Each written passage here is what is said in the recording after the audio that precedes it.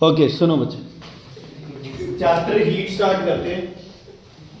सबसे पहले तो बच्चे हीट चैप्टर के जो न्यूमेरिकल्स देखो, जो तुम्हारे बोर्ड पेपर कहते हैं, है ना, जो ट्रेंड बोर्ड पेपर्स में है या जिस हिसाब से मैम क्वेश्चन डाल रहे हैं बच्चे, तो ध्यान से देखो एक बार।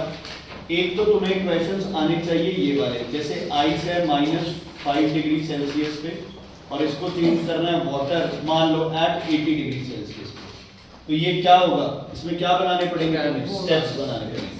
ये आइस कितने में चेंज होगी बच्चे, आइस एट 0, ये होगी वाटर एट 0, या फॉर्मूला mc डेल्टा t, लेकिन c इसमें किसकी लेनी पड़ेगी हमें, आइस कितनी होती है 2.1, कितनी होती है बच्चे 2.1। यहाँ फॉर्मूला क्या लगेगा ml, और यहाँ फॉर्मूला फिर से क्या लगेगा mc डेल्टा t। एक चीज तो ये बच्चे ध्यान में रखना है, तुम्हें समझ आ गई, इज इट क्लियर। अगर टोटल हीट पूछी जाए तो सारे सिस्टम को क्या कर दोगे तुम लोग, ऐड कर दोगे। अगर पावर या टाइम गिवन है तो ये किसके बराबर हो जाएगा, पावर इनटू टाइम, किसके बराबर हो जाएगा, पावर इनटू टाइम। समझ आ गया। एक तो इस पे बेस्ड क्वेश्चन तुम्हारा बन सकता है, ठीक है, जिसमें स्कूल में किसी बच्चे को मैम ने बोला था कि mc डेल्टा t और ml ये वाले क्वेश्चन ज्यादा इंपॉर्टेंट है, ये करना है, ठीक है। उसके बाद आपको क्वेश्चन आ सकता है, मान लो आपके पास आइस है, उसको पानी के अंदर क्या किया है बच्चे, मिक्स। जब मिक्सिंग की बात आती है तो स्टेप्स नहीं बनते, उसमें कौन सा प्रिंसिपल लगता है, प्रिंसिपल ऑफ एनर्जी। ओके, ध्यान देना एक बार, आपको स्टेटमेंट में ये सब चीजें गिवन है, 100 grams 4.2 50 degree Celsius 10 degree Celsius. इधर मास पता नहीं है, ठीक है, और बस ये कैलकुलेट करना है। क्या करोगे, आइस को वाटर के अंदर डाला है, इतनी चीजें ही गिवन है तुम्हें, या आइस की 336 गिवन है। आइस वाटर पहले आइस का फाइनल टेम्परेचर क्या होगा, सारे का 10, तो आइस का भी क्या होना चाहिए 10। आइस का 10 होता है नहीं, तो क्या बनेंगे इसमें स्टेप्स। आइस किसमें चेंज होगी बच्चे, वाटर, किसमें, मास कितना रहेगा। अब आइस का स्टार्टिंग और फाइनल टेम्परेचर क्या रहेगा, 0, लेकिन वाटर का स्टार्टिंग 0, फाइनल, या फॉर्मूला इससे क्या बनेगा m इंटू 336L, और यहाँ क्या बनेगा m into c into delta t equals to m into c into delta t, 50 minus 10 40। Very very important, very very, समझ आ गई बच्चे। तो ये चीजें ध्यान में रखनी है तुम्हें। कौन सी है, हो रही है देखो, ओके, ठीक है बच्चे। तो एक क्या आ जाएगा क्वेश्चन, आइस को पानी में मिक्स कर दिया, तो या तो आपसे क्या कैलकुलेट करना आ सकता है m, और या फिर तुम्हें कैलकुलेट करना आ सकता है फाइनल टेम्परेचर। क्या आ सकता है, फाइनल टेम्परेचर, ठीक है। तो ice and water problems in which mass of ice और final temperature of water is to be calculated, ये न्यूमेरिकल्स प्रैक्टिस कर लेना, ठीक है। फाइनल टेम्परेचर वाले या किसके, मास ऑफ आइस वाले। एक तुम्हारी बुक में, I don't remember the question number, but उसमें 0.625 gram of ice is change, वो छोड़ देना, वो कुछ नहीं है, उतने डिफिकल्ट नहीं आते, ठीक है बच्चे। समझ आ गया न्यूमेरिकल प्रॉब्लम्स में, ठीक है। अच्छा जल्दी से बताओ, यूनिट हीट का जूल, हीट कैपेसिटी का जूल पर केल्विन, जूल पर केल्विन, स्पेसिफिक हीट कैपेसिटी का जूल पर केजी केल्विन, ठीक है। ऐसे ही इनको, जैसे क्वेश्चन आ जाए, what do you mean by 20 joule पर KG, what do you mean by 20 joule पर kelvin, what do you mean by 20 joule पर केजी केल्विन। तो पहले पर केजी केल्विन बता रहा हूं, it means 20 joules of heat is required to change the temperature of 1 kg by 1 kelvin. अगर अकेला केल्विन हो तो to increase the temperature of a body by 1 kelvin, kg के बारे में कोई बात नहीं करेंगे। लेकिन अगर आ जाए 20 जूल्स पर केजी, अब क्या करोगे, 20 जूल्स पर केजी आ जाए तो क्या करोगे, 20 joules of heat is required to change the state of a substance of mass 1 kg, ठीक है। जब केल्विन ना हो तो क्या चेंज होगी बच्चे, स्टेट चेंज। क्या चेंज होगी, स्टेट। स्टेट चेंज होती है तो कौन सी एनर्जी चेंज होती है, पोटेंशियल। टेम्परेचर में, टेम्परेचर में, समझ आ गई बच्चे। ठीक है। अच्छा, हीटिंग और कूलिंग कर्व्स आते हैं, हीट कर्व्स कूलिंग कर्व्स आते हैं। हॉरिजॉन्टल लाइंस हमेशा लंबी क्यों रहती है? Because more heat is required to change the state. इसका मतलब the specific latent of fusion, heat of fusion या specific latent of vaporization have is value is more than specific heat capacity। ठीक है जी, हमेशा specific latent heat की value क्या रहती है? ज्यादा रहती है। latent heat required to change the state हमेशा ज्यादा रहती है। इसीलिए बच्चे जो हॉरिजॉन्टल लाइंस बनेंगी हीटिंग और कूलिंग कर्व्स पे, वो लाइंस हमेशा क्या रहेंगी? बड़ी रहेंगी। दूसरी लाइंस हमेशा क्या रहेंगी? छोटी रहेंगी। समझ आ गया बच्चे? Is it clear? ठीक है। बॉइलिंग पॉइंट ऊपर का टेम्परेचर, मेल्टिंग पॉइंट नीचे का टेम्परेचर। नीचे वाली हॉरिजॉन्टल लाइन क्या देगी? फ्रीजिंग पॉइंट या फिर मेल्टिंग पॉइंट। ऊपर वाली हॉरिजॉन्टल लाइन क्या देगी? बॉइलिंग पॉइंट या फिर वेपराइजेशन या फिर कंडेंसेशन पॉइंट। ठीक है। स्लोप ज्यादा है तो ज्यादा टाइम ले रही है, मतलब हीट रिक्वायर्ड क्या है? ज्यादा। अगर स्लोप कम है तो कम टाइम ले रही है, इसका मतलब हीट रिक्वायर्ड क्या है? कम। ओके, अगर कोई चीज हमें कूलेंट यूज करना है, कूलेंट, तो स्पेसिफिक हीट कैपेसिटी क्या देखनी है? कम या ज्यादा? ज्यादा। और कंडक्टर यूज करना है तो कम। ठीक है जी। यूनिट्स क्या करने हैं दोनों के? सेम। ध्यान रखना, ये समझ आ गई? 4200 joules per KG kelvin means 4.2 joules per gram kelvin. 4.2 joules per gram kelvin. Is it clear बच्चे? कोई दिक्कत इसके अंदर है तो बताइए। अच्छा, कैलोरीमीटर किसका बनाओगे? कॉपर का। दो रीजन दो। Low specific heat capacity, highly malleable and ductile. अच्छा, लो स्पेसिफिक हीट कैपेसिटी का फायदा क्या होगा? It can good conductor, it can easily take up heat of the contents. अच्छा, और मैलिएबल डक्टाइल का क्या फायदा है? It can be drawn into thin sheets, so what will be less? Heat capacity. Cost नहीं, what will be less? Heat capacity will be less. ठीक है जी। जहां पानी की बात आ जाए, water is used as a coolant, fermentation liquid, गर्म ठंडे पानी की पट्टियां करते हैं पानी से, ये वो क्या बोलोगे? High specific heat capacity, that is 4200 joules per kg Kelvin। 4200 joules per kg Kelvin। जहां आइस की बात आ जाए, है ना, स्नो आइस है, snow do not melt, ice can cause more cooling, ये वो, जहां आइस की बात आ जाए वहां क्या लिखोगे? High specific latent heat of fusion. कितनी होती है? 336 जूल्स पर ग्राम। 336 जूल्स पर ग्राम। समझ आ गई बच्चे? ओके। इसके बाद आता है तुम्हारे पास कई बार मेटल का ऑप्शन, है ना, मेटालिक बेस, है ना, base is heavy, base is made of metal. वहां क्या? Heat capacity. वहां क्या आएगा? Heat capacity. Specific heat capacity और हीट कैपेसिटी में क्या रिलेशन है? Heat capacity equals to mass into specific heat capacity. ठीक है। कई बार क्वेश्चन आ जाता है, एम भी नहीं गिवन है, स्मॉल सी भी नहीं गिवन है, तुम्हें बोला जाता है हीट कैपेसिटी निकालो, तो पवित्र जी हीट कैपेसिटी के लिए मास इनटू स्मॉल सी का क्या होता है? प्रोडक्ट निकालना होता है। मास इनटू स्मॉल सी का क्या निकालना होता है? प्रोडक्ट। मास पे कौन डिपेंड करता है? स्पेसिफिक हीट कैपेसिटी या हीट कैपेसिटी? Heat capacity. कौन डिपेंड करता है? Heat capacity. जितना मास ज्यादा उतनी हीट कैपेसिटी ज्यादा। स्पेसिफिक हीट कैपेसिटी मास पे क्यों नहीं डिपेंड करती? Unit. Because it is always for unit. Because it is always for unit mass. Is it clear बच्चे? कोई दिक्कत, कोई प्रॉब्लम इसमें है तो बताओ। कोई दिक्कतें हैं तो बताओ इसमें। नहीं है? ठीक है, क्लियर हो गया? ये इतना सा अपना हीट चैप्टर, कोई फालतू इसमें से है ही नहीं कुछ इधर उधर से।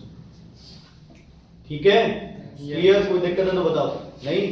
तुम्हें मैं आज मेनली सैंपल पेपर सोच रहा हूँ सॉल्व करवाने की, वही करें? कर लें? कोई और चैप्टर बता दो कुछ है तो बच्चे, कोई और दिक्कत किसी चैप्टर में? इलेक्ट्रिसिटी वाला कराऊं? हाउस होल्ड सर्किट वाला करा देता। ओके। हाउस होल्ड सर्किट में बच्चे कुछ चीजें ध्यान में रखने वाली है। स्टार्टिंग होती है ना, हम कितनी वोल्टेज पे जनरेट करते हैं? 11 kV पे। बढ़ाते कितनी है? 132। फिर घटाते कितनी है? 33। फिर वापस 11। घरों में कितनी आती है? 220। ओके। वोल्टेज बढ़ाएंगे किससे? स्टेप अप ट्रांसफार्मर से। वोल्टेज बढ़ेगी पवित्र जी तो क्या कम हो जाएगा? बेटा मैं ऐसे करता रहूं अच्छा लगूंगा? कहाँ अच्छा लग रहा है? तो सुनता रहे बात। हाँ जी, वोल्टेज बढ़ाओगे तो करंट क्या हो जाएगा? कम। करंट कम होगा तो हीट लॉसेस क्या हो जाएंगे? कम। हीट लॉसेस क्या हो जाएंगे? कम। समझ आ गई? लेकिन ये कहां की बात कर रहे हो जब पावर क्या है? कांस्टेंट। पावर क्या है? कांस्टेंट। वैसे V और I के बीच में एक लॉ है, कौन सा लॉ है वो? Potential is current passing through a conductor is directly proportional to the potential. इसमें हम एक असम्पशन लेते हैं, वो क्या है? Physical condition and temperature remains constant. Physical condition and temperature remains constant. समझ आ गई बच्चे? अच्छा, VI ग्राफ की स्लोप क्या देती है? Resistance. V upon I resistance, I upon V conductance. जितनी स्लोप ज्यादा उतना रेजिस्टेंस ज्यादा, उतना टेम्परेचर भी ज्यादा, उतना टेम्परेचर भी ज्यादा। ओके, अगर लेंथ ज्यादा है तो रेजिस्टेंस ज्यादा, पतली वायर का रेजिस्टेंस ज्यादा, गर्म वायर का रेजिस्टेंस ज्यादा। ठीक है जी? पतली वायर ज्यादा ज्यादा क्योंकि रास्ता कम मिलेगा ना electron. Cause of resistance obstruction to the path of electron या collisions between the free electrons या between positive ions and electrons। Electron का कांस्टेंट मोशन होता है या ड्रिफ्ट होती है? ड्रिफ्ट। क्या होती है हमेशा? ड्रिफ्ट। रेजिस्टेंस बढ़ने से करंट बढ़ता है कम हो जाता है? कम हो जाता है क्योंकि always there is loss of energy. Heat losses का formula H equals to I square RT। I square RT। इसीलिए करंट क्या रखा जाता है? कम। कब? ट्रांसमिशन के दौरान। कब? ट्रांसमिशन के दौरान। यूज के दौरान करंट क्या रखा जाएगा? हाई। यूज करोगे तो वोल्टेज डाउन होगी, करंट क्या होगा? हाई। जब ट्रांसमिट करोगे तो वोल्टेज क्या होगी? हाई, और करंट क्या होगा? लो। इज इट क्लियर बच्चे? समझ आ गया? ओके। उसके बाद हाउस होल्ड सर्किट में नेक्स्ट आता है, वो आता है बच्चे हाउस की वायरिंग। वो हमेशा क्या होनी चाहिए? पैरेलल। क्यों पैरेलल होनी चाहिए? क्योंकि हर अप्लायंस को कितने रास्ते मिलते हैं कनेक्शन के? दो। All appliances are what? Independent of each other. If a new appliance is to be installed, no new wiring is to be done. It can be attached to the same wire. All appliances will have their separate fuse and separate switch. ऐसे ही series parallel में रखने का एक और फायदा है, voltage क्या रहती है? सेम। वोल्टेज क्या रहती है? कांस्टेंट। ठीक है, वोल्टेज डिक्रीज नहीं करती, इसीलिए एक दूसरे से क्या रहते हैं? इंडिपेंडेंट। सीरीज में क्या डिवाइड हो जाती है? पोटेंशियल। वोल्टेज है ना, पोटेंशियल डिफरेंस। और करंट क्या रहता है सीरीज में? करंट क्या रहता है? सीरीज का रेजिस्टेंस पैरेलल के रेजिस्टेंस से क्या होता है? ज्यादा। सीरीज का टोटल रेजिस्टेंस सबसे बड़े रेजिस्टेंस से ज्यादा होता है। पैरेलल का सबसे छोटा रेजिस्टेंस भी पैरेलल का टोटल रेजिस्टेंस सबसे छोटे रेजिस्टेंस से भी क्या होता है? कम। क्या होता है? कम। ओके, उसके बाद आते हैं आपके इसके अंदर आपके पास मेनली आते हैं बच्चे फ्यूज। फ्यूज किस में लगेगा? Live wire. किसका बना होगा? Alloy of lead and tin. Resistance क्या होगा? हाई। और वो दूसरा मेल्टिंग पॉइंट क्या होगा? अगर कॉपर का फ्यूज यूज करोगे तो यूज कर सकते हो? नहीं, क्योंकि रेजिस्टेंस क्या है? लो। मेल्टिंग पॉइंट क्या है? हाई। समझ आ गई?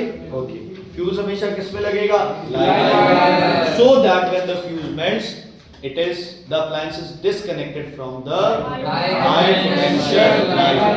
दो ऐसी वायर जिनकी जीरो पोटेंशियल है, neutral wire and earth wire. Neutral wire and earth wire. ठीक है जी? ओके, वो ड्यूल अप्लायंस वो आता है ड्यूल स्विच। कितनी लाइनें बनाते हैं ड्यूल स्विच के लिए? तीन। पहली पे क्या लगाते हैं बच्चे? बल्ब। दूसरी खाली है ना, तीसरी लाइन क्या होती है? खाली। ये स्विच। ठीक है, इसको यहां से, इसको यहां से। ठीक है बच्चे? अच्छा, अगर आपको फ्यूज लगाना हो तो आप कौन सी वायर में लगाओगे? बी में, ए में? अब ए में। तुम्हें कैसे पता भी ए लाइव वायर है? सर क्यों? कितने लिखे? सर लाइव वायर स्विच है। ठीक है, वेरी गुड मम्मी। क्या लगे हैं यहाँ पे?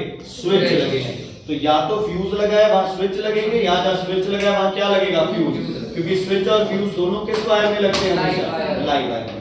अगर दोनों ऊपर के कनेक्शन ऑन है तो बल्ब जलेगा, दोनों नीचे के ऑन है तो बल्ब जलेगा, एक ऊपर एक नीचे तो बल्ब नहीं जलेगा। कौन से स्विच है ये? Dual control switch. एक होता है dipole switch, a switch which can disconnect both live and neutral wire. Connection from live and neutral wire. Where is such switch used?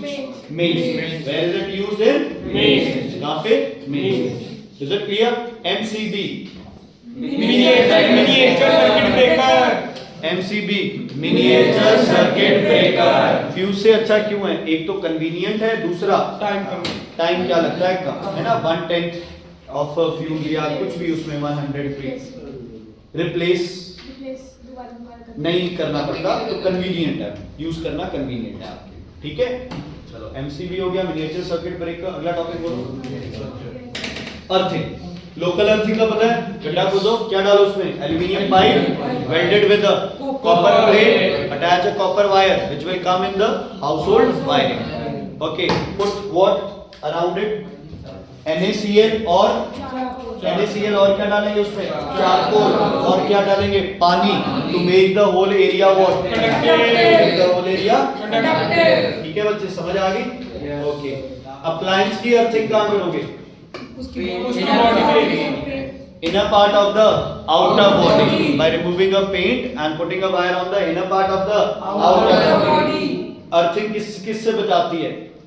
Short circuit and overloading. Excess current will pass on to the copper plate या to the ground.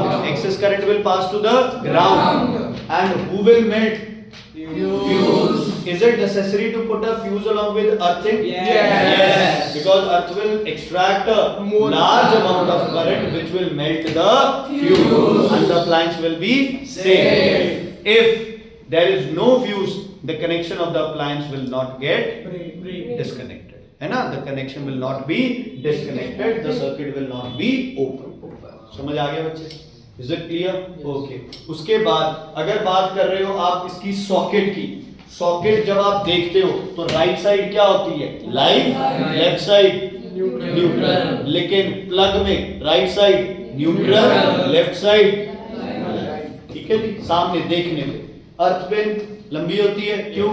So that it may not, so that it is connected first in the circuit. मोटी क्यों होती है earth wire? So that it is not connected in the live और neutral. So that it is not connected in the live और neutral socket. ठीक है, उसके बाद बच्चे कलर कोडिंग करनी है इनकी. पुरानी कलर कोडिंग क्या थी? लाइव, न्यूट्रल और red blue green. Red blue green. अच्छा sorry, black. Red black green. नहीं क्या है? ब्राउन ब्लू येलो और ग्रीन दोनों हो सकती है. ठीक है बच्चे. अच्छा, अर्थिंग लाइटनिंग सर्किट का नहीं करते हैं, क्योंकि अर्थिंग वहां करते हैं जहां एक तो हम फिजिकली क्या करते हैं? अप्लायंस को टच करते हैं. दूसरा, current drawn by the appliance या power rating is very high. Power rating is very high. ठीक है बच्चे. ओके, आगे घुमाओ पेज. कुछ है और? बस. High tension wire. High tension wire मतलब हाई वोल्टेज वायर्स. सिंगल तार यूज करनी है या multiple wires? Multiple thin wires, है ना, which are twisted together, which are insulated from each other. उनको ज्यादा वायर लेने का फायदा क्या है? क्या बढ़ जाता है? Surface area. तो heat dissipation takes place quickly. Heat loss takes place quickly. देखो, गर्म तो उन्होंने होना ही है, चाहे सारी मिलके उतना करंट लेके जाए, चाहे एक वायर उतना करंट लेके जाए, है ना. चाहे एक वायर है वो 2 एम्पियर ले रही है, तो अगर सारी वायर पैरेलल है तो 2 करके वो 10 एम्पियर, मतलब अगर टोटल 10 एम्पियर लेके जाना है, आप एक वायर यूज करो चाहे 5 यूज करो, टोटल करंट तो कितना रहेगा? 10 एम्पियर. लेकिन ये फायदा रहेगा कि पतली वायर होगी, उनमें 2 एम्पियर जाएगा, तो हीट जो भी बनेगी वो जल्दी क्या हो सकती है? लूज हो सकती है. किसकी वजह से? सरफेस एरिया बढ़ने. किसकी वजह से? सरफेस एरिया बढ़ने. इसलिए हाई टेंशन वायर गर्म होके टूटेंगी नहीं. अगर वो क्या है? कई सारी वायर है. सिंगल वायर होगी तो जल्दी क्या करेगी? मेल्ट कर जाएगी. ठीक है बच्चे. मटेरियल किसका है? कौन सा मटेरियल किस में काम आता है? 3 में से एक question. Constant resistance, constantan magnetic. Less resistance होता है टेंपरेचर से सेमीकंडक्टर, और रेजिस्टेंस बढ़ता किसका है? नॉर्मल कॉपर मेटल पीसी का. ठीक है, क्लियर है. सुपर कंडक्टर्स जिनकी रेजिस्टिविटी क्या हो जाती है? Negligible at a very low temperature. Exactly जो बुक में है एग्जांपल वो लिखना है. सेमीकंडक्टर की रेजिस्टिविटी टेम्परेचर बढ़ाने से कम हो जाती है. यार क्या अच्छा, उसके बाद नेक्स्ट आता है, बाद में कराते हैं, फ्री इलेक्ट्रॉन्स है ना, उनमें इजीली मूव करने लग जाते हैं। ओके या फिर मेरे से भी नहीं आता। उसके बाद क्या है बच्चे, अच्छा एक्सटर्नल और इंटरनल रेजिस्टेंस में सारे फैक्टर एक जैसे हैं, एक को छोड़। एक्सटर्नल रेजिस्टेंस में लेंथ बढ़ेगी, बढ़ेगा। इंटरनल रेजिस्टेंस में भी अगर इलेक्ट्रोड्स का डिस्टेंस बढ़ेगा तो बढ़ेगा। वायर मोटी हो जाएगी, रेजिस्टेंस कम हो जाएगा। इलेक्ट्रोड सरफेस एरिया बढ़ेंगे, रेजिस्टेंस कम हो जाएगा। लेकिन टेम्परेचर बढ़ने से बाहर वाला resistance in a wire will increase, but internal resistance will decrease. Internal resistance will decrease, internal resistance will decrease. समझ आ गया बच्चे? ये ध्यान रखना है, इसमें दोनों के अंदर ये डिफरेंस है। ये क्यों होता है?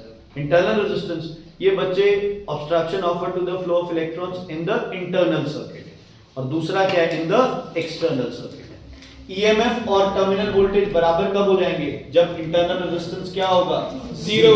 इंटरनल रेजिस्टेंस क्या होगा, जीरो। इसका मतलब सर्किट क्या है, एक तरह से बंद। और बताइए, पहले आप अपने टॉपिक्स बताइए, नहीं तो फिर मैं रिवाइज करूंगा। इंटरनल में टेंपरेचर दिखाना, वो बच्चे इलेक्ट्रॉन्स को मूवमेंट मिल जाती है, जो सॉल्यूशन है ना वो उसकी डेंसिटी कम हो जाती है, वो जल्दी जगह मिल जाती है। सैंपल पेपर का एक वहां क्या है, उसमें तो आपका स्ट्रीमलाइन फ्लो चल रहा है, या स्ट्रीमलाइन है, या जितनी एनर्जी ज्यादा होगी उतना जल्दी होगा। सैंपल पेपर का फिर करवाऊं उसके क्वेश्चन आंसर, ये न्यूमेरिकल्स करा लो। इलेक्ट्रिसिटी वाले। करा लो। हाँ जी बेटा। सर वो ट्रांजिशन डेरिवेशन सर को के फॉर्मूला में बाय फाइंडिंग कंपोनेंट ऑफ नहीं भाई, कोई डेरिवेशन नहीं करनी, सिर्फ वो है, वो अपने क्या बोलते हैं ये बेटा, सैंपल पेपर है सी बस।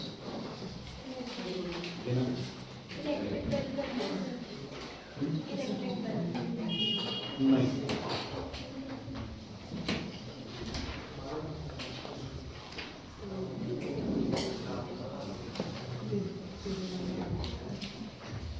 अच्छा, वैसे ही बता दो यार। हाँ जी, चैप्टर 10 कौन सा है? किसने बोला 10 करवा दो दोबारा?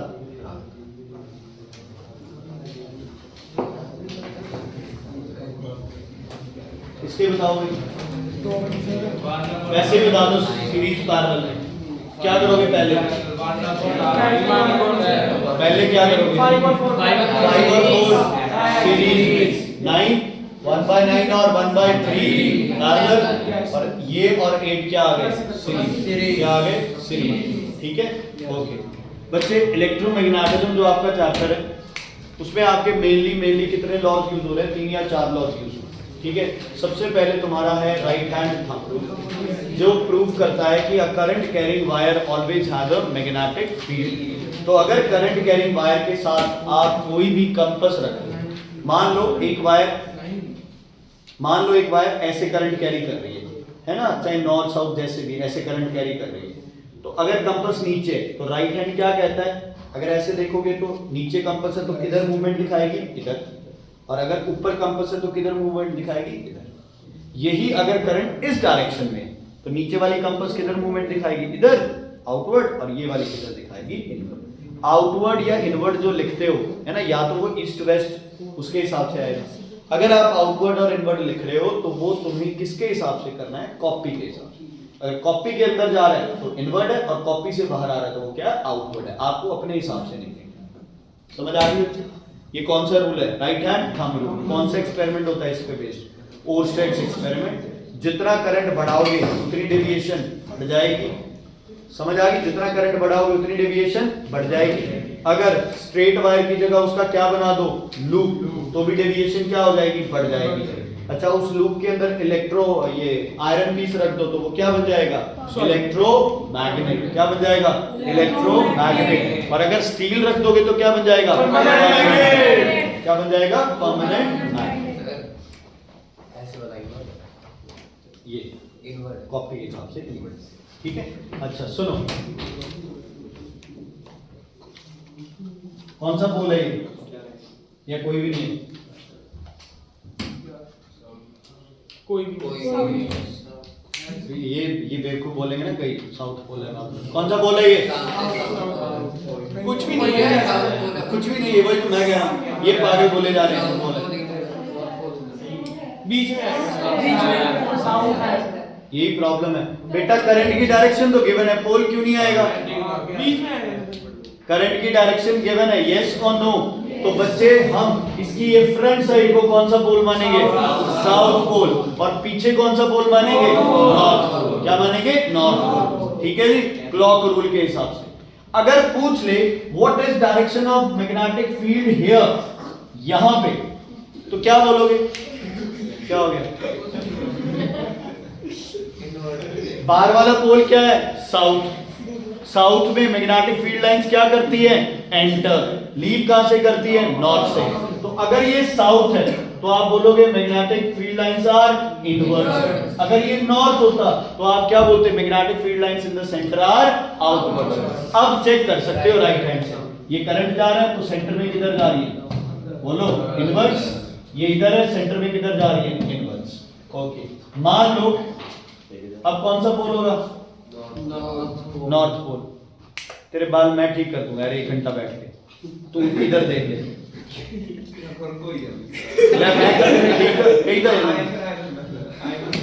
मैं जैसे मर्जी करूं, यहाँ की खुद का इलाज है, पता है। हाँ जी बोलो, ये कौन सा पोल है? कौन सा पोल है ये? नॉर्थ। कौन सा है ये? नॉर्थ। नॉर्थ में किधर आता है? Outward, inward? आउटवर्ड। अब देखो ये चीज है ना, करंट किधर है? नीचे। किधर आ रही है? यहाँ। क्या? बैटरी ओए यार 2 मिनट हाँ जी, ये क्या है? आउटवर्ड। और इधर से भी ये क्या होगा? समझ आ गई? तो बच्चे ऐसे लूप दिया जा सकता है, तुमसे पूछा जा सकता है कि सेंटर में मैग्नेटिक फील्ड किधर है, इनवर्ड्स या आउटवर्ड्स, तो इसके हिसाब से बता। समझ आ गई? क्लियर? ओके। इसके बाद जो नेक्स्ट आते हैं इसके अंदर, फिर वो इलेक्ट्रोमैग्नेटिज्म है, उसके डायरेक्शंस आती है नॉर्थ साउथ। क्या कराऊं? ओके चलिए। Lenz law. क्या? Lenz law. लेंस लॉ किस पे बेस्ड है? Law of conservation of mass या एनर्जी? एनर्जी। इस पे एनर्जी। ओके, बताओ भी ए और बी पे पोल्स बताओ, सोचो करो। पेन है हाथ में?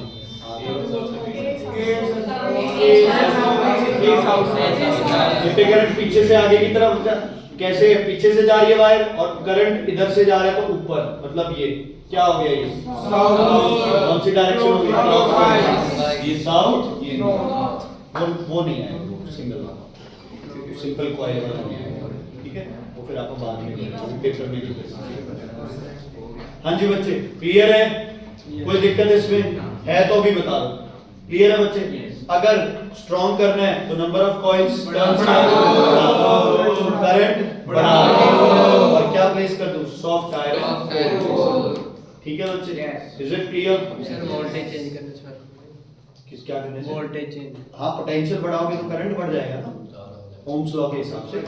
यहाँ वो नहीं करना, पोटेंशियल बढ़ी तो करंट कम हो गया। ट्रांसफार्मर यूज नहीं कर रहे, बैटरी बढ़ा रहे हो तो करंट भी बढ़ जाएगा, पोटेंशियल बढ़ा जाएगा। ठीक है बच्चे? समझ ली? क्लियर है ये चीज? ठीक है, यहाँ आपके पास वो क्लॉक रूल ही चल रहे हैं कि अगर करंट क्लॉकवाइज है तो कौन सा पोल है? साउथ। एंटी क्लॉकवाइज है तो कौन सा पोल है? नॉर्थ। कौन सा पोल है? नॉर्थ। क्लियर है करण जी? ठीक है, आगे बढ़े हम। चलो, यहां तक हम इलेक्ट्रिसिटी यूज करके क्या बना रहे हैं? मैग्नेट बना रहे हैं। क्या बना रहे हैं? मैग्नेट। आगे हम क्या करेंगे? हम जो इलेक्ट्रिसिटी यूज करके हमने मैग्नेट बनाया है, इसको एक मैग्नेट के पास रखेंगे। किसके पास रखेंगे? मैग्नेट के पास। तो ये एक दूसरे को क्या करेंगे? या तो अट्रैक्ट या फिर रिपेल। मतलब इनमें क्या आएगा? मोशन। क्या आएगा? मोशन। अगर कोई चीज मूव कर रही है और उसका एक पॉइंट फिक्स्ड कर दो तो वो मोशन किस नेचर का बन जाता है? रोटेटरी। उसको अब हम क्या बोल सकते हैं? टॉर्क। क्या बोल सकते हैं उसको? टॉर्क या मोमेंट ऑफ फोर्स, है ना? या फिर कौन सा इफेक्ट? Turning effect. कौन सा इफेक्ट? Turning effect. ठीक है बच्चे? मान लो अगर आपके पास ये नॉर्थ है, ये साउथ है, और ये आपको ए और बी गिवन है, आपको ए से बी करंट गिवन है नीचे की डायरेक्शन। अब थप्पड़ मारूंगा तेरे, समझ आ गई ना वो और करेगी। जब मैं कह रहा हूं कि सही ये करना है, वो नहीं लगाना है इसमें रूल अपने, ठीक है? कौन सा रूल लगेगा यहाँ, पता है क्या? बाहर तू गलती से फिर वो राइट हैंड थंब लिख देगा और वो गलत हो जाएगा एकदम, ठीक है? इसकी मूवमेंट बतानी है, पहले सोचो क्या क्या क्या गिवन है, मैग्नेटिक फील्ड और क्या गिवन है, करंट। तो कौन सा रूल लगेगा, लेफ्ट, ठीक है? लेफ्ट टू राइट, करंट नीचे, ए बी इधर आपकी तरफ आ रहा है, मतलब क्या हो गया, आउटवर्ड। और अगर अपवर्ड और डाउनवर्ड हो तो क्या लिखोगे, आउटवर्ड को अपवर्ड, आउटवर्ड को क्या लिखोगे, अपवर्ड। समझ आ गया? सिर्फ ये पूरा ऐसे हो जाएगा अगर 3D, मतलब अगर बेंच पे हो, क्योंकि है ना ऐसे बनाया हुआ है पिछली बार, ऐसे आया है ऐसे, ठीक है? तो इसका मतलब क्या हो गया, ये 3D फिगर दे रखा है आपको, तो ये पूरा ऐसे ऑप्शंस में था, आउटवर्ड इनवर्ड, तो समझ जाओ कि आउटवर्ड, या अपवर्ड और सॉरी डाउनवर्ड, तो समझ जाओ क्या है, अपवर्ड। ठीक है बच्चे, इज इट क्लियर? अगर आपको ये कौन सा रूल लगेगा, फ्लेमिंग्स लेफ्ट हैंड। कौन सा रूल लगेगा, फ्लेमिंग्स लेफ्ट हैंड। अगर मान लो आपको करंट की डायरेक्शन ना गिवन हो, करंट की डायरेक्शन ना गिवन हो, तो किसकी डायरेक्शन गिवन होगी, मूवमेंट की। आपको दिया हुआ है कि ए बी मूव्स इनवर्ड, अब कौन सा रूल लगेगा, फ्लेमिंग्स राइट हैंड, ठीक है? North to south, north to south, और ए बी किधर जा रहा है, इनवर्ड। चलो ये भी सौखा हो गया है ना, तो डायरेक्शन ऑफ करंट क्या हो गई। देखो राइट और लेफ्ट करने से कितना फर्क पड़ेगा, पहले ए बी आउटवर्ड था तब डाउनवर्ड डायरेक्शन थी, अब राइट हैंड से ए बी डाउनवर्ड है तो डायरेक्शन क्या हो गई, इनवर्ड हो गई। ठीक है, क्लियर है? उल्टा नहीं होगा सर, ये प्रैक्टिकली नहीं उल्टा होगा। नहीं होगा, उल्टा ही होगा, उल्टा तो होगा। कौन से वाला? पहले भी नीचे जाता था, अब भी और नहीं, उसमें करंट से हम, इसमें तो डायरेक्शन अलग अलग चेंज होती रहेगी ना, मैग्नेटिक फील्ड बार बार चेंज करता है, तो दूसरी बार दूसरी तरफ आ जाएगा। सही, वो मैग्नेट वाला। ओके, सुनो ध्यान से, DC motor right hand rule, north to south, A B जा रहा है इनवर्ड, करंट हो जाएगा। सर जब फोर्स नहीं दिया हुआ तब लेफ्ट लगाना, जब करंट निकालना तब राइट। राइट, ठीक है? ओके, सुनो भाई ध्यान से, ये आपकी जो डीसी मोटर है, ये किसको किस में चेंज करती है, इलेक्ट्रिकल एनर्जी को मैकेनिकल एनर्जी में। रूल कौन सा है आपका, फ्लेमिंग्स लेफ्ट हैंड रूल। इसमें दो रिंग्स लगी होती है, वो कौन सी है, स्प्लिट रिंग्स, ताकि डायरेक्शन ऑफ करंट को क्या कर दे, रिवर्स, ताकि डायरेक्शन ऑफ रोटेशन क्या रहे, कांस्टेंट। क्योंकि हर 180 डिग्री के बाद तुम्हें फोर्स को रिवर्स करना पड़ता है अगर आपको बॉडी को क्या करना है, रोटेट करना है ना। जिसको इनवर्ट पुश कर रहे हो 180 डिग्री के बाद रोटेशन रखने के लिए उसको क्या पुश करना पड़ेगा, आउटवर्ड। तो what is the function of split rings, क्या बोलोगे, it reverses the direction of current so that direction of rotation remains same in which motor, DC motor। ठीक है जी, पहचान क्या होगी डीसी मोटर की, बैटरी लगी होगी, स्प्लिट रिंग्स लगे होंगे, है ना। और जनरेटर की पहचान क्या होगी, बैटरी नहीं लगी होगी, क्या लगा होगा, लोड लगा होगा, और स्प्लिट रिंग्स की जगह क्या लगी होगी, स्लिप रिंग्स, गोल रिंग्स लगी होगी।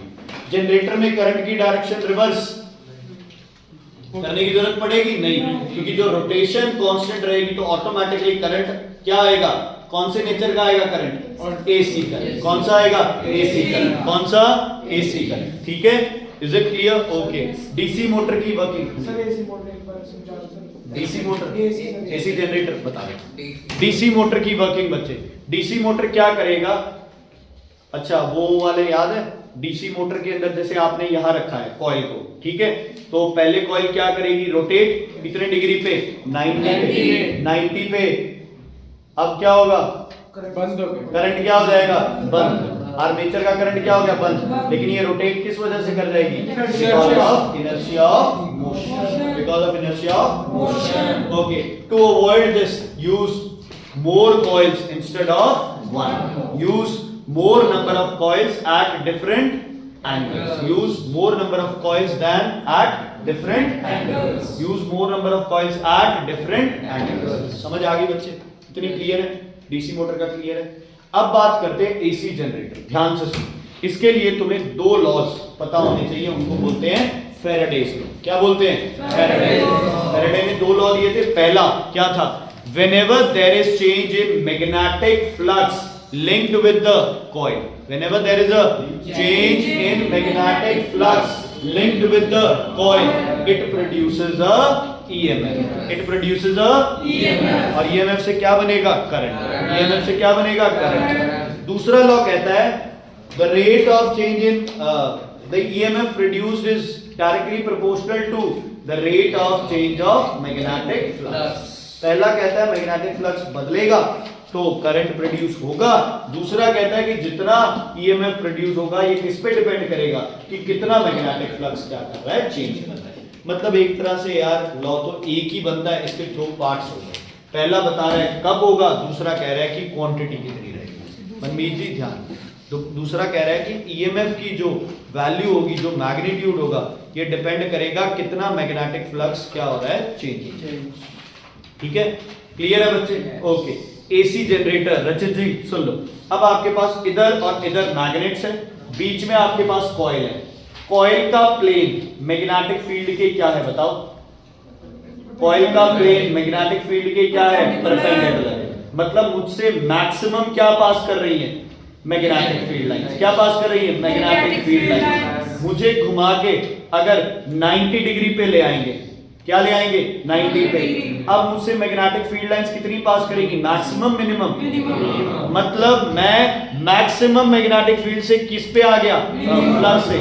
मैक्सिमम मैग्नेटिक फ्लक्स से किससे आ गया? मिनिमम। जब मैग्नेटिक फ्लक्स मैक्सिमम से मिनिमम आ गया तो ईएमएफ प्रोड्यूस्ड क्या होगी? मैक्सिमम। ईएमएफ प्रोड्यूस्ड क्या होगी? मैक्सिमम। समझ आया? 0 पे फ्लक्स क्या है? मैक्सिमम। 90 पे फ्लक्स क्या है? मिनिमम। लेकिन हमें मैक्सिमम मिनिमम से लेना देना नहीं है, हमें किससे लेना देना है? चेंज, है ना? मैक्सिमम से 0 हो गया तो चेंज की वैल्यू क्या हो गई? बहुत ज्यादा, इसलिए ईएमएफ क्या हो गया? ज्यादा। 90 डिग्री पे ईएमएफ क्या रहेगा? मैक्सिमम। अब मैं 90 से घूम के वापस कितने पे आ रहा हूं? 180। मतलब मैं मैक्सिमम से वापस किस पे आ गया? मैक्सिमम। चेंज की वैल्यू 0, ईएमएफ की वैल्यू 0 पे ईएमएफ 0, 90 पे ईएमएफ मैक्सिमम, 180 पे ईएमएफ 0। समझ आ गई इतनी बात? ओके। अब 180 के बाद मैं 270, मतलब दोबारा कितना रोटेट कर गया? 90। मैक्सिमम से फिर कितना आ गया? 0 आ गया, मिनिमम आ गया। ठीक है, तो 270 पे ईएमएफ फिर से क्या हो गया? मैक्सिमम। लेकिन डायरेक्शन क्या हो जाएगी? चेंज। क्योंकि तुम्हें पता है 180 डिग्री रोटेशन के बाद डायरेक्शन क्या हो जाती है? चेंज। ठीक है बच्चे? तो करंट जो बनेगा एसी जनरेटर में वो कौन सा बनेगा? AC current. कौन सा? एसी। डीसी और एसी में से आपके लिए यूजफुल कौन सा है ज्यादा भी? एसी। हाउस होल्ड सर्किट में कौन सा यूज होता है? एसी। फ्रीक्वेंसी कितनी? फ्रीक्वेंसी कितनी? 50। फ्रीक्वेंसी कितनी?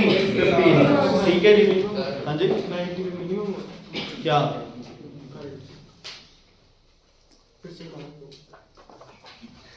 जीरो पे करंट 0, 90 पे करंट ईएमएफ मैक्सिमम करंट, 180 पे 0। मैग्नेटिक फ्लक्स 0 पे मैक्सिमम, 90 पे मिनिमम, 180 पे मैक्सिमम। हम स्टार्ट ही मैक्सिमम से कर रहे हैं, तो जब फ्लक्स मैक्सिमम रहेगा तो कोई करंट नहीं पास होगा। जब फ्लक्स में चेंजेस आएंगे तब ईएमएफ मैक्सिमम होगा। डीसी मोटर के अंदर बच्चे स्प्लिट रिंग्स जो होती हैं वो हर 180 डिग्री के बाद डायरेक्शन ऑफ करंट क्या कर देती है? चेंज। ठीक है, मान लो AB में करंट ऊपर जा रहा है और वो जा रही है इनवर्ड, तो BC में करंट किधर जा रहा है? डाउनवर्ड, तो BC क्या जाएगी? आउटवर्ड। 180 डिग्री रोटेशन हो गया।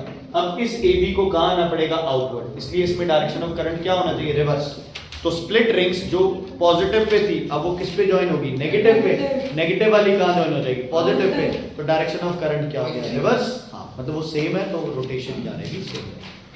अच्छा, एक है ना जनरेटर और डीसी मोटर में डिफरेंस आ जाता है। जनरेटर किसको किस में करता है? मैकेनिकल को इलेक्ट्रिकल, और वो किस में करता है? इलेक्ट्रिकल को मैकेनिकल। स्प्लिट और एक स्लिप रिंग्स होती है। ठीक है, अच्छा लेंस लो बता रहा हूँ, अभी पहुंचे ही नहीं। अच्छा पहुंच गए ना, इस पे सॉरी मिस हो गया इलेक्ट्रोमैग्नेटिक। अच्छा जीरो कैसे हुआ यहाँ पे? एसी में 90 क्या हुआ? क्या जीरो कैसे होगा? यहाँ पे तो कॉइल एसी जनरेटर में कह रहे हो? एसी जनरेटर में ये स्टार्टिंग पोजीशन है, मतलब मेरा प्लेन और ये है आपस में 90 डिग्री, मैक्सिमम लाइन पास कर रही है, और ये रोटेशन पे इसको मैं क्या मान रहा हूँ? जीरो। ठीक है, इसको क्या मान ली? इस पोजीशन को जीरो, ये 90, वो तो अपनी मर्जी है ना, पता है कैसे भी ले सकते। ये तो यार एक कॉइल है भाई, अब एक कॉइल ऐसे भी लगेगी, एक कॉइल ऐसे भी लगेगी, तो जब किसी का जीरो होगा तो दूसरी का 90 होगा, मैक्सिमम रहेगा। मतलब इस वाले को मैं हाँ, फ्लक्चुएट नहीं करेगा। हमारे लिए तो 90 और उसको ये 0। हाँ, अच्छा सुनो, अब बात करते हैं, ये फैराडे वाला ही था। इस फिनोमिनन को क्या बोलते हो बच्चे आप? Electromagnetic induction. क्या बोलते हो? इलेक्ट्रोमैग्नेटिक इंडक्शन, है ना? The property to produce to induce EMF by change in magnetic flux. देखो, प्रोड्यूस करंट मत बोला करो, EMF बोला करो, क्योंकि वो करंट बनेगा वो किसकी वजह से बनेगा? EMF की वजह से बनेगा। इसको क्या बोलते हैं? Electromagnetic induction. क्या बोलते हैं? Electromagnetic induction.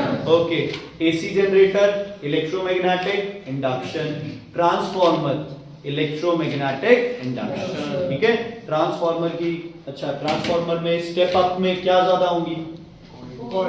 किसमें? सेकेंडरी में। स्टेप अप में किसमें ज्यादा होगी? सेकेंडरी में। स्टेप डाउन में किसमें ज्यादा होगी? प्राइमरी। स्टेप अप EMF बढ़ाएगा, स्टेप डाउन EMF कम करेगा।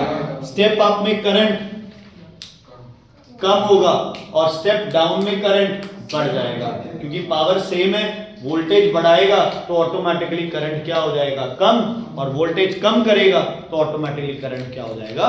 ज्यादा। Okay, step up, step up, ठीक है, स्टेप अप। सेकेंडरी कॉइल्स क्या होती हैं? ज्यादा, लेकिन कॉइल क्या होती है? थिन। क्यों? क्योंकि सेकेंडरी वोल्टेज ज्यादा है तो सेकेंडरी करंट क्या होता है? कम, इसलिए आपको क्या चाहिए? Thin wire.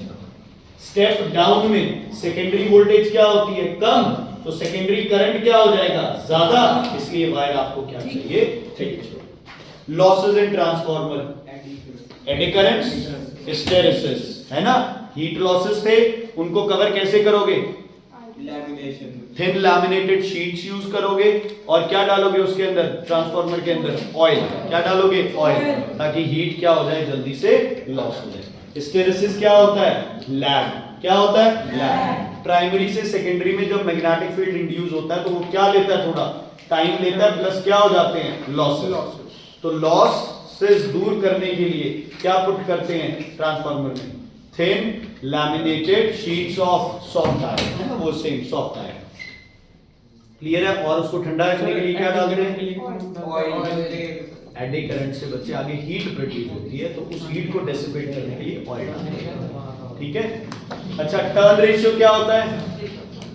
टर्न रेशियो का formula NS upon NP, ES upon EP और IP अपॉन IS। में स्टेप अप ट्रांसफार्मर का टर्न रेशियो 1 से ज्यादा या कम? स्टेप अप 1 से ज्यादा, स्टेप डाउन 1 से कम। सिंपल याद है, स्टेप अप 1 से ज्यादा, स्टेप डाउन 1 से कम। ठीक है, बस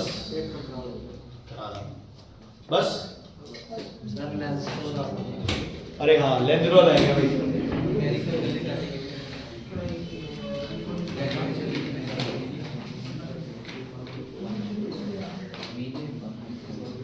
ये हो गया, ये लेफ्ट है, ये राइट है।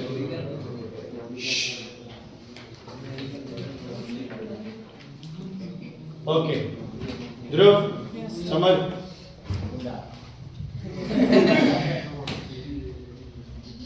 तू बता दे हर्षविंदर, कौन सा पोल होगा? North pole. क्यों?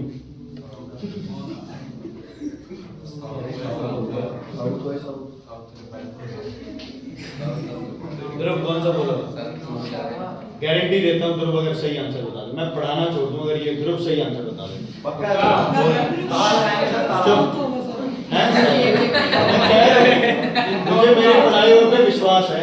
साउथ पोल दूर जा रहा है तो यहाँ कौन सा बनेगा? क्योंकि ये मैग्नेट बच्चे कभी भी मूवमेंट होने नहीं देगा। ये कौन सा लॉ है? Lenz law. Lenz law says the produced EMF always opposes the cause which is reducing it। सुन लो सारे इधर, गुरविंदर, अगर साउथ पोल दूर जा रहा है तो इसको रोकने के लिए कौन सा पोल डेवलप होगा? नॉर्थ। अगर साउथ पास आ रहा है तो रोकने के लिए क्या डेवलप होगा? साउथ। यही अगर नॉर्थ दूर जाता तो क्या होता है यहाँ? साउथ। और अगर नॉर्थ पास आता तो कौन सा पोल डेवलप होता? नॉर्थ। 9th स्टैंडर्ड का इंड्यूस्ड मैग्नेटिज्म भूल जाओ, वो और ये बिल्कुल अलग है। समझ आ गई? Is it clear? ओके, अब बताओ मुझे, ये नॉर्थ पोल होगा तो तुम लोग सोच के बताओ गैल्वेनोमीटर राइट की तरफ टर्न करेगा या लेफ्ट की तरफ? लेफ्ट की Left. करो चेक। लेफ्ट की राइट लेफ्ट की तरफ राइट चेक तो कर, तुक्के तो वही मार दे। राइट कर चेक अर्जुन वैली कर। राइट नॉर्थ है ना? नॉर्थ पे कौन सा, कैसे घुमाना है उंगली अपने को? है ना? तो ये मतलब पीछे से करंट किधर जा रहा है? ऊपर की तरफ। लेफ्ट टर्न किधर जाएगा? ये राइट। किधर जाएगा? ये राइट की तरफ। समझ आ गई बच्चे? अब है ना, कई बार क्वेश्चन ऐसे होता है बच्चे, give the direction of current in the coil. In the coil B to A, outside the coil A to B। समझ आ गई? कौन सा लॉ है ये? Lenz law. पोलैरिटी किससे मिलती है? Lenz law. In the coil के कॉइल के अंदर B से A जा रहा है, इधर A to B जा रहा है। अच्छा, एक पूछा जाता है क्वेश्चन है, लेंज लॉ किस प्रिंसिपल पे बेस्ड है सुटमन? Law of conservation of energy. Law of conservation of energy है ना? जितनी भी मैकेनिकल एनर्जी है ना, जो भी अपोज करने के लिए जो भी ये मूवमेंट हो रही है, तो कौन सी एनर्जी है? Mechanical energy.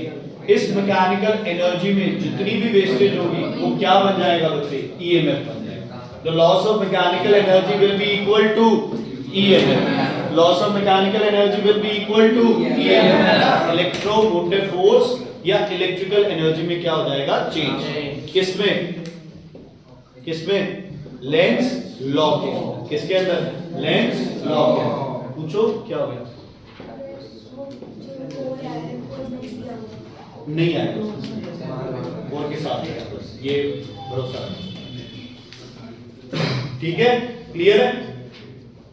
वैसे इसका लॉजिक तो ढूंढ लिया है, कई सारे पेपर देखे कैसे आएगा, बट अभी जब आएगा नहीं तो छोड़, बोर्ड के लिए आप अगले के लिए क्या करेंगे?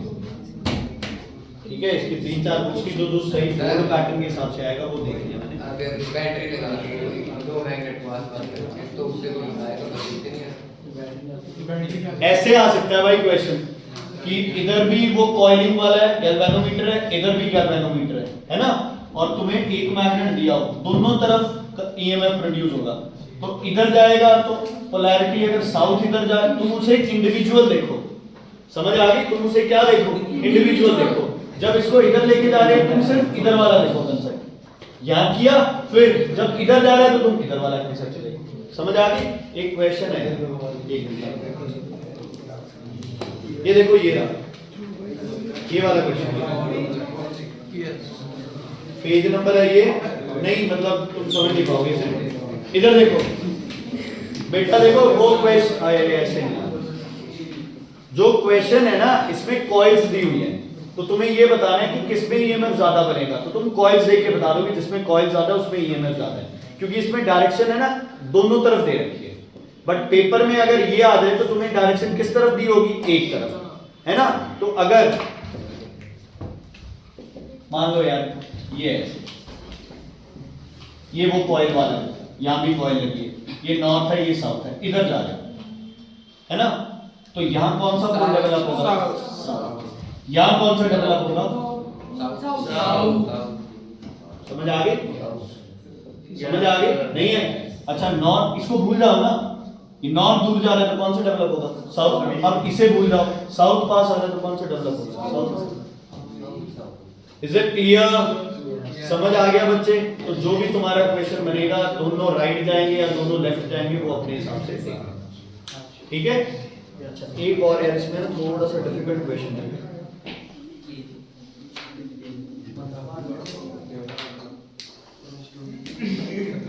क्यों बकवास किए जा रहे हैं? गुरपिंदर आ गया बुलाइए। तो तू बुलाया नहीं होना? बुलाया है। गुरपिंदर, तेरे 1000 गुना ज्यादा अच्छे नंबर आते हैं इन लोगों को, तुम ऐसे ही बस इनके साथ।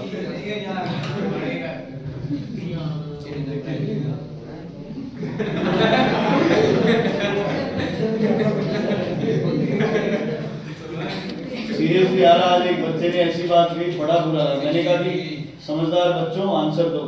कहते सर समझदार ग्रुप तो आए नहीं आज।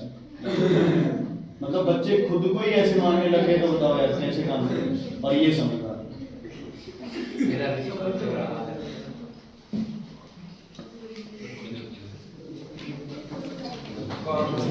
नहीं मीडियम ब्लेंडेड। इसमें तो जहाँ से करंट एंटर कर रहा है ना, वो देख लो। सर्किट भी बंद करना।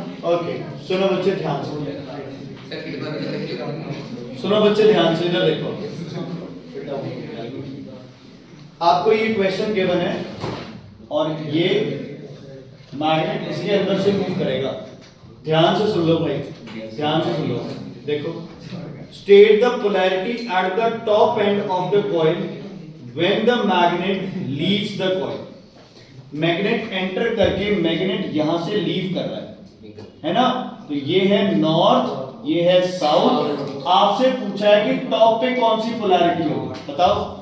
ये अगर यहाँ नॉर्थ है, क्या कर रहा है नॉर्थ? दूर जा रहा है। तो यहाँ कौन सा, तो यहाँ कौन सी पोलैरिटी होगी? समझ आ गई बच्चे? अगला क्वेश्चन है, the direction of current in A to B when magnet enters the coil. जब एंटर कर रहा है ये, तो साउथ आ गया, साउथ, ये नॉर्थ। या कौन सा पोल डेवलप होगा? यहाँ कौन सा? अब लगाओ दिमाग, देखो इस पे क्या क्या क्या डायरेक्शन ऑफ करंट बताना है, ए टू बी, बी टू ए। और मैं कह रहा हूँ तुक्के मत मार ऐसे। सर इन द अब सुनो सुनो सुनो बच्चे, सुनो सुनो देखो। अब है ना ये कंसेप्ट नहीं, अब ऐसे है ना ये। अब आपको क्या दिमाग लगाना है इसमें? साउथ पोल है तो डायरेक्शन ऑफ रोटेशन क्या होनी चाहिए? है ना? अब ऐसे ये देखो, ऐसे। और वायर कहां से जा रही है? पीछे से, पीछे से जा रही है ना वायर, ऐसे जा रही है। अच्छा, अब पीछे वाली जो वायर है उसमें अगर ऐसे घुमाता हूं तो मुझे एंटी क्लॉकवाइज दिखता है। तो मैं कैसे घुमाऊं? ऐसे। मतलब पीछे वाली वायर में करंट किधर जा रहा है? इधर, इधर जा रहा है। हाँ जी बच्चे, पीछे वाली वायर में करंट ऐसे जाएगा क्लॉकवाइज के लिए? यस और नो? बेटा नहीं समझ आया, पूछ लो। आ गया? ऐसे जा रहा है करंट, तो करंट किधर जा रहा है? इधर। तो ऑब्वियसली इधर करंट क्या आएगा? इस डायरेक्शन में। तो इन द कॉइल कैसे जा रहा है? B to A. In the coil कैसे जा रहा है? B to A. समझ आ गया बच्चे? नहीं समझ आया? Name the law which can be used to determine the direction of induced current. Law, Lenz law. State one way of increasing the magnitude of current. Number of turns. दूसरा magnet का motion क्या करें? Increase. पता नहीं क्यों बच्चे ऐसे लग रहा है कि ये क्वेश्चन है, करना ये क्वेश्चन भाई।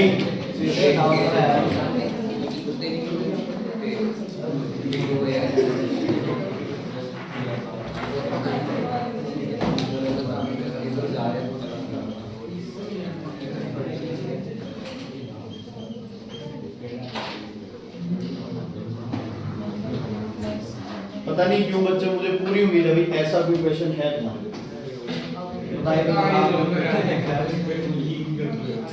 चलो क्या निकालना है तुम्हें? Total resistance. दूसरा टोटल रेजिस्टेंस। दूसरा तुम्हें निकालना है V की वैल्यू। तुम्हें निकालनी है बच्चे I की वैल्यू, V की वैल्यू और करंट। पेन नहीं है तेरे पास? ओ यार अच्छे बेशरम लोग उधर वो पढ़ा कर लेके आ रहे हैं भाग के दादा। जितने भी 4 मिलियन सब्सक्राइबर देख रहे हैं इस यश को अपने पास ट्यूशन मत लगाना को लगना ही नहीं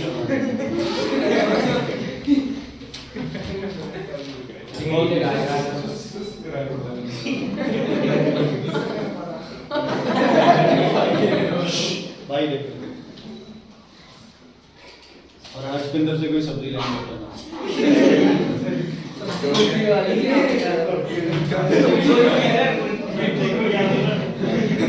यही करना और क्या करना पढ़ते तो तुम होनी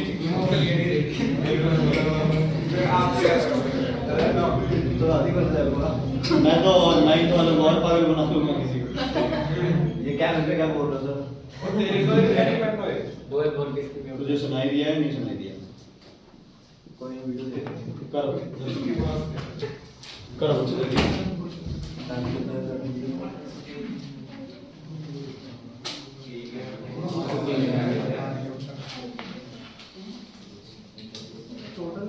टोटल रेजिस्टेंस निकाल दिया बच्चे?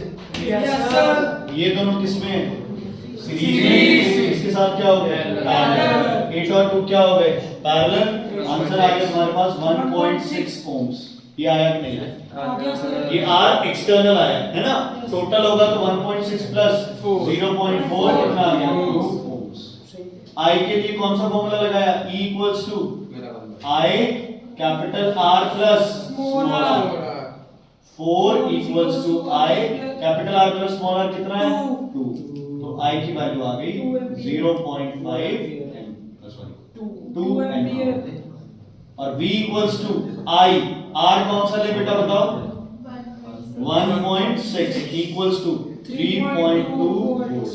यहां तक चीजें क्लियर है या नहीं? कौन सा वाला? ये वाला आ गया समझ? 3 प्लस 5 1/2 प्लस 1/8 सारा करके कितना आएगा? 16/10। ठीक है 1.6। ठीक है टोटल पूछा है तो इंटरनल और एक्सटर्नल। सर वो V में सर अपन टोटल क्यों नहीं मल्टीप्लाई? हां जी V में टोटल क्यों नहीं मल्टीप्लाई? V सिर्फ क्या होती है? Terminal voltage external circuit. Internal circuit वाली को क्या बोलते हैं? V को वोल्टेज ड्रॉप। वोल्टेज पता है तो फिर क्यों पूछे जा रहे हैं? नहीं सर पता नहीं। अच्छा अब ये वाली और ये अरेंजमेंट दोनों आपस में क्या है बच्चे? पैरेलल। मतलब इसके ऊपर भी वोल्टेज कितनी होगी? 3.2 वोल्ट्स और इन दोनों के ऊपर वोल्टेज कितनी होगी? 3.2 वोल्ट्स। अनमोल समझ आया कि नहीं आया? क्लियर है समरीत? ये मनरीत समरीत क्लियर है? ठीक है अब सबसे पहले 2 ओम्स पे वोल्टेज सिंपली लिख देते हैं 3.2 वोल्ट्स। इन पे और लिखा है लेकिन और नहीं होगा। 5 ओम्स वाले की वोल्टेज अलग होगी, 3 वाले की अलग होगी, लेकिन टोटल कितनी होगी दोनों की? 3.2 वोल्ट्स। ठीक है बच्चे क्लियर है? चलो इनको एक बार मिस कर दे, इसको एक बार छोड़ दे, नहीं छोड़ना। चलो पहले करंट निकालना पड़ेगा हमें 2 ओम्स पे। कितना करंट होगा बताओ? करंट कितना होगा जल्दी बताओ? वोल्टेज कितनी है? 3.2। रेजिस्टेंस कितना है? 2। कितना आएगा? 1.6 एम्पीयर। अब जो समझदार बच्चा है वो मुझे इनके बता देगा। इधर राइट साइड में बैठे हैं बच्चे। सर बोलो 1.6। Very good summer. जवाब दे पीछे वाले नालायकों को। बोल जोर से 0.4 एम्पीयर। 0.4 एम्पीयर। देखा कैसे मिला ये? टोटल कितना है बच्चे? टोटल कितना है? 2 और ये कितना है? 1.6। तो कितना बचा पीछे? 0. ओके रचित बेटा इन दोनों में 0.4 कैसे हो गया? सर क्योंकि सर सीरीज में है सर। सीरीज में करंट क्या रहता है? सेम। क्लियर है बच्चे? इतनी बात करनाल क्लियर है? नहीं क्लियर पूछ लेने ये समझ आया? कैसे आया? मल्टीप्लाई 3 पॉइंट डिवाइड करते 3.2 डिवाइडेड बाय 2 1.6। क्लियर है बच्चे? ओके इसका करंट कितना है? 0.4। इसका करंट भी 0.4। 0.4 into 3 1.2 वोल्ट्स 2 वोल्ट्स। बाकी थे 3.2 में से 1.2 माइनस कर। हां जी करंट होता है तो पैरेलल पैरेलल में करंट डिवाइड वोल्टेज।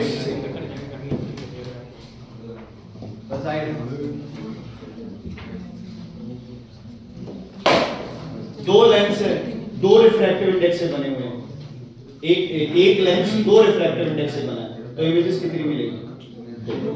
ठीक है। अच्छा, रियल इमेज के लिए मिनिमम ऑब्जेक्ट क्या रखना चाहिए? Minimum minimum minimum F into F. Convex lens पे मिनिमम डिस्टेंस कितना हो ऑब्जेक्ट का एट एफ? क्योंकि एफ पे बनता है तो इंफिनिटी पे इमेज बनती है और क्या बनती है? रियल। अच्छा सुनो, ध्यान से सुना, अगर ऑब्जेक्ट एफ पे है तो इमेज बनेगी इंफिनिटी पे, यही था। 2f पे है तो 2f पे बनता है ना? अगर बिटवीन f एंड 2f है तो बियॉन्ड बन जाता है, और अगर बियॉन्ड है तो बिटवीन f एंड 2f बन जाता है। अभी के लिए बच्चे थोड़ा सा एक दिमाग में डालो इस बात को, अगर मिनिमम डिस्टेंस आ जाए of the object to form real image तो क्या लिखोगे? f। क्या लिखोगे? f। ठीक है, फोकल लेंथ जितना। अगर आ जाए minimum distance between object and image तो इधर का f और इधर का f, टोटल कितना हो जाएगा? 2f है। इंफिनिटी पे वो जा रही है ना, एक रही जा रही है, तो इधर भी f और इधर f, कितना लिखोगे? 2f। क्या लिखोगे? 2f। समझ आ गई? f से, अच्छा, f से कम डिस्टेंस पे अगर ऑब्जेक्ट रखोगे कन्वेक्स पे तो वो वर्चुअल बनाएगा, रियल नहीं बनाएगा। तो f इधर होगी और ये रे किधर जाएगी? दूसरी साइड। मिनिमम f पे तो जाएगी, उससे ज्यादा हो सकती है। तो मिनिमम डिस्टेंस कितना है? इस साइड भी f और इस साइड तो फिक्स है, कितना f? तो f और f कितना है? 2f। क्वेश्चन है 1.f, 2f, 4f, 3f, तो क्या आंसर हो गया? 2f। कब? जब ऑब्जेक्ट और इमेज का डिस्टेंस हो, और ऑब्जेक्ट और लेंस का हो तो क्या लिखोगे? f। क्या लिखोगे? f। जितने रिफ्रैक्टिव इंडेक्स उतना ही क्या आएगा आपके पास? इमेज बन जाएगी।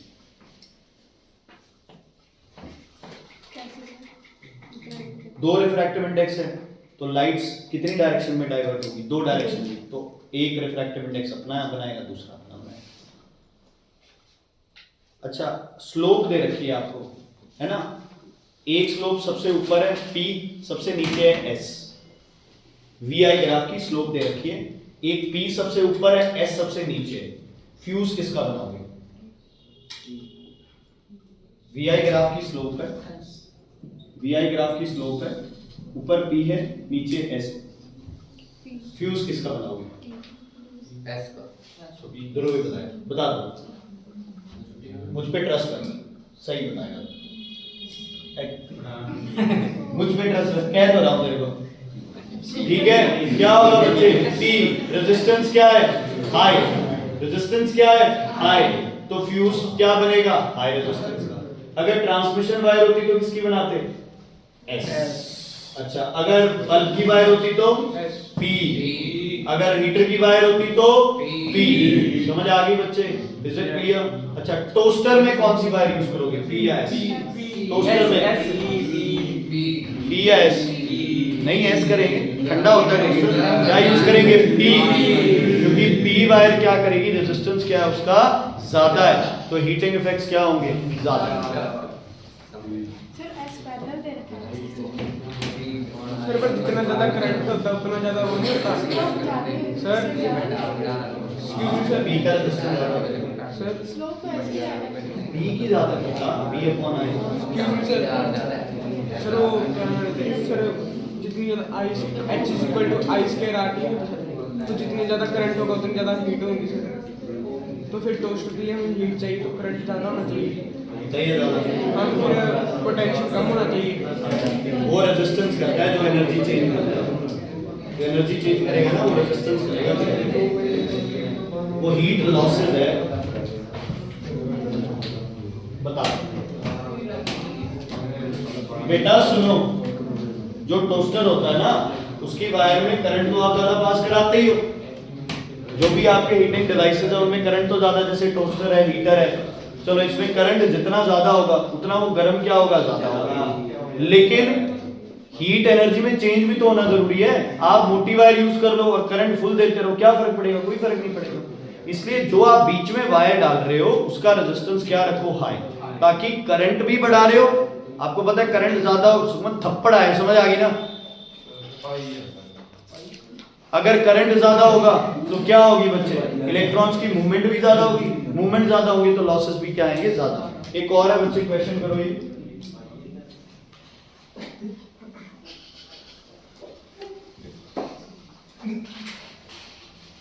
सुमन मेरे पापा से बात करेंगे, वो दसेंगे भी की करी जाते थे की नहीं करी जाते। 10 मीटर पे बैठे हो तुम, उल्टा सीधा बोलते हो, बेवकूफो भाई, पता था कि सीधा जाएगा। एडिंग कुछ नहीं किया सर।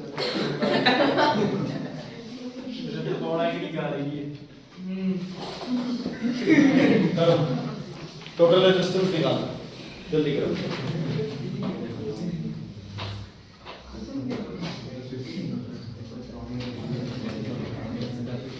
सुखमीत गारंटी है तुझसे अगर रेजिस्टेंस निकल आए तो 15 से 2 12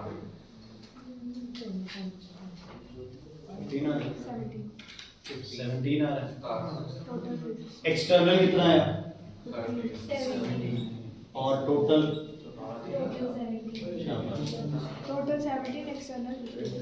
कैसे किया है इक्वेशन? मनमीत के कौन है पैरेलल बच्चे?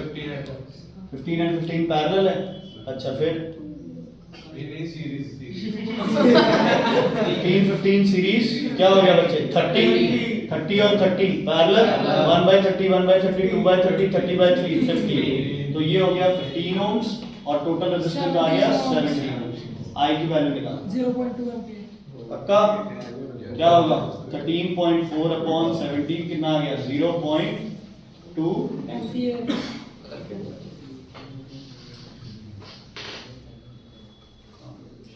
अच्छा तुम्हें बतानी है बच्चे, एक ही है इसमें वोल्टेज बतानी है तुम्हें। पहले V की वैल्यू बताओ कितनी होगी? V की वैल्यू, V की वैल्यू I into 15 कितना आ गया? 3.0 वोल्ट। चलो 30 पे वोल्टेज कितनी होगी? 3 और 15 और 15 की मिला के कितनी होगी? 3। ठीक है, तो पहले क्या निकाल लेंगे दोनों का अलग अलग करंट। इस पे वोल्टेज कितनी है? 3। तो करंट कितना हो गया इस पे? 1 एम्पीयर, 0.1 एम्पीयर, और इस पे भी 0.1 एम्पीयर। इसकी वोल्टेज हो गई 1.5 वोल्ट और यहाँ भी आएगा 0.1, तो इसकी वोल्टेज भी होगी 1.5 वोल्ट। ठीक है, क्या होगा बच्चे? 0.6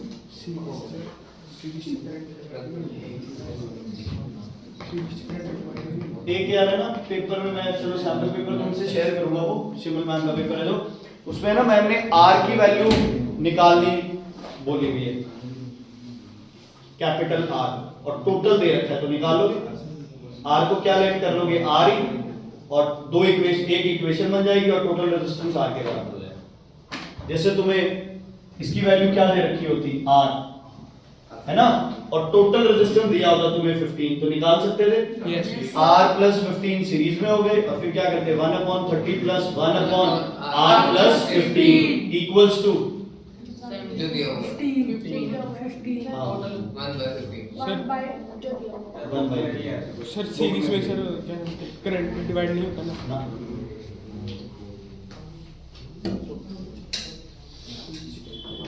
अच्छा, अगर वोल्टेज कम या ज्यादा हो जाए तो उससे पावर निकालने के लिए पहले क्या निकालोगे? रेजिस्टेंस। क्या निकालोगे पहले? रेजिस्टेंस। दूसरी वोल्टेज में क्या कांस्टेंट रहेगा? रेजिस्टेंस। जैसे आपको पावर और वोल्टेज गिवन है तो वहां से करंट या आर निकाल लोगे, और अगर वोल्टेज कम या ज्यादा दी रखी है, जैसे 200 वोल्ट थी और अब 100 वोल्ट दे रखी है, तो P इक्वल्स टू कौन सा फॉर्मूला लगेगा? V²/R। I नहीं यूज करना, या I से क्या निकालो पहले? R, और फिर वो V into I वाला फॉर्मूला। समझ आ गई? अगर वोल्टेज कम या ज्यादा हो जाती है तो क्या कांस्टेंट रहता है? रेजिस्टेंस। तो पावर, जो नया पावर निकलेगा वो किस फॉर्मूला से आएगा? V²/R से। वहां पुराने वाला I यूज नहीं करना है बच्चे, प्लीज ध्यान देना इस बात पे, ठीक है? क्योंकि ये चेंज हो जाएगा, हाँ I चेंज हो जाएगा क्योंकि V चेंज हो जाएगा ना। क्योंकि वो अकेले यूज करना पड़ेगा। हाँ जी।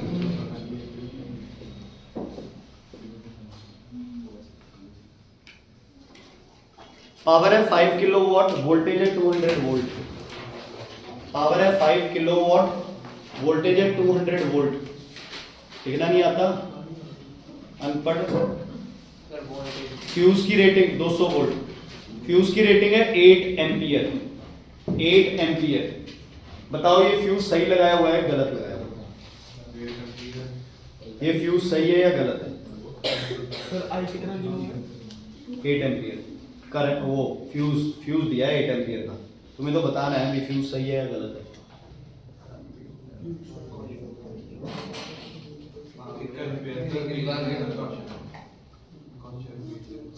पावर है 5 किलोवाट, वोल्टेज है 200, फ्यूज है 8 एम्पियर का।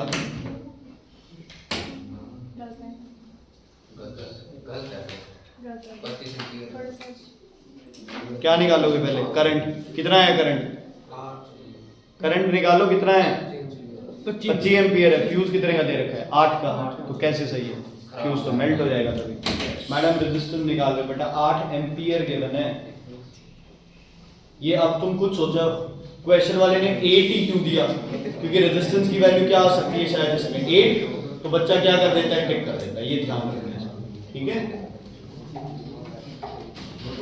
एक क्वेश्चन और कराऊं इलेक्ट्रिसिटी का?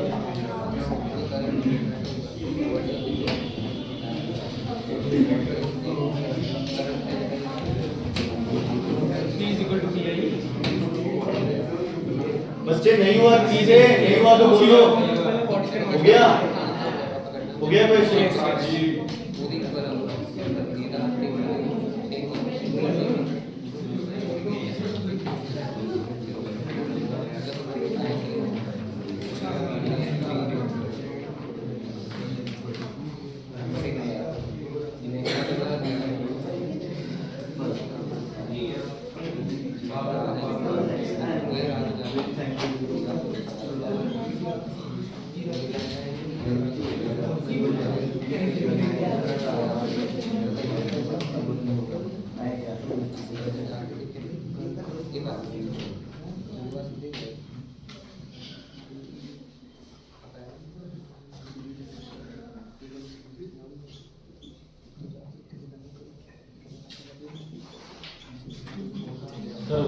आता है कुछ, जितना आता है उतना तो करो।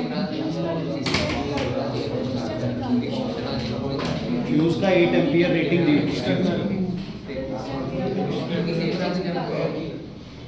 नहीं, करंट ही दिया होगा, करंट रेटिंग निकाल। करो बच्चे, करो इसको।